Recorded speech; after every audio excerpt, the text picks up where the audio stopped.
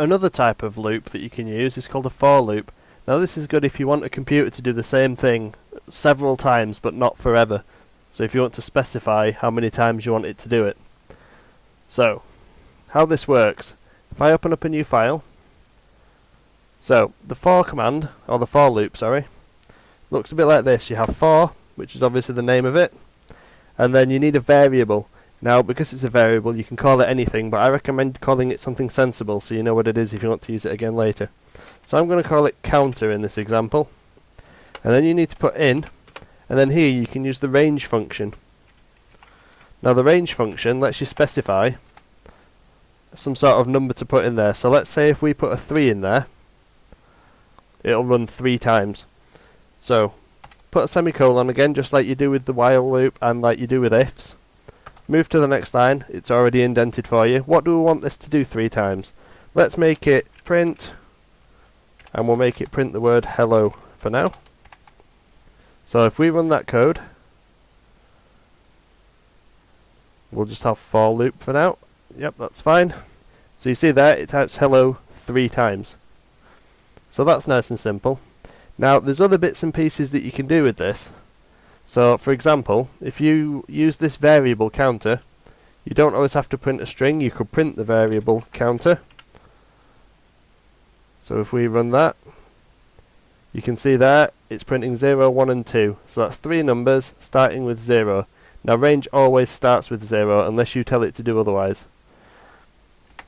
So if we just delete this a second, if we start typing range again, you can see here it gives us an example of what range can do.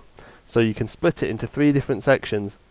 The default, if you only do one, is to just run this middle one, which tells it where to stop. And it'll then, the default, it will start at 0 and go up in steps of 1. Now if we wanted it to start somewhere else, we can enter an initial variable. So we could maybe start at 10 and count from 10 to 20. And we could change the stop, so we could count from 10 to 14 or something like that. And you've got step as well. Now step, normally when you're counting you go up in steps of 1. Obviously 1, 2, 3, 4. Now you could go up in steps of 2, so you could do 2, 4, 6, 8, steps of 3, 3, 6, 9, 12 and so on. All the way up to steps of, well, anything really. So let's say if we wanted to count, we'll start at 13 and we will end at 47 and we will count up in steps of 3. So obviously make sure you complete your brackets, and we're going to print counter so we will be able to see what it does. So if we run the module, you can see there it jumps up in steps of 3 all the way up to 46, which is the last number before 47. Now it will never actually print that final number, so if you did something like starting at 5 up to 15 in steps of 5, you're going to just get the numbers 5 and 10, because it will never actually print the top of the top number. Now as I mentioned earlier, this can be used with the password example that we did in the last video to make it a little bit better, because when you're checking a password you don't want to give people infinite guesses. So we can limit the number of guesses that they get by, if we add on to this while loop as part of it, we can put the if into here. Not the if, sorry. We can put the for loop into here. So we could say for, and we'll use counter again just to make it simple. In, and let's say range. Now let's give them, let's say 2 guesses at the password to try and guess what the password is.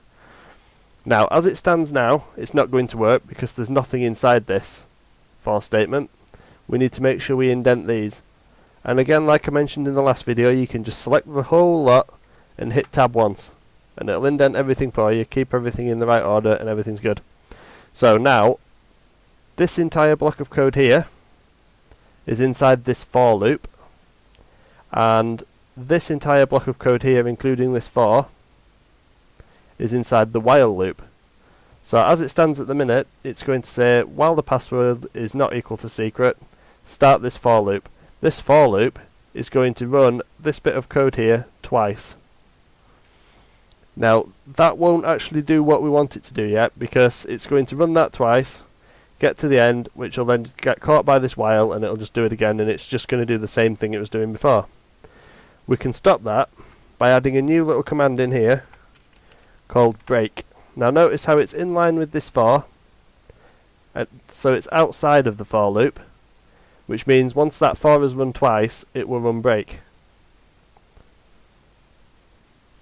Now if we run this piece of code, so we can run module, so it'll say please enter the password, we can enter it in wrong, so we could put sandwich. Sorry, it's incorrect, please try again. So we'll try again. Let's put rat. Sorry, the value is incorrect. So at that point, it's run that twice, it hits this break, and that break knocks you out of this while loop. The only problem comes, let's just run it again, if you enter the correct password. So if you put secret, it says congratulations, oh thank you, you've entered the correct password, but then it asks you again, and that's because this for loop is told it must run twice regardless of anything else before we're checking this password condition up here. So we can actually fix this again by using this break command again. So if we look at this if here, where it checks if the password equals secret and it says thank you, you've entered the correct password, we can move to the next line making sure it's still indented, and we can write break here too. So what does break do? You might be able to tell by now, by looking at what we've done so far, break will knock you out of the loop that you're currently in, but it will only knock you out of the what's called the inside loop. So for example, we've got a while loop and a for loop. The for loop is inside the while loop. So while you're running this for loop, any breaks will knock you out of the for loop, but you'll stay in the while loop. So this break, for example, is inside this for loop.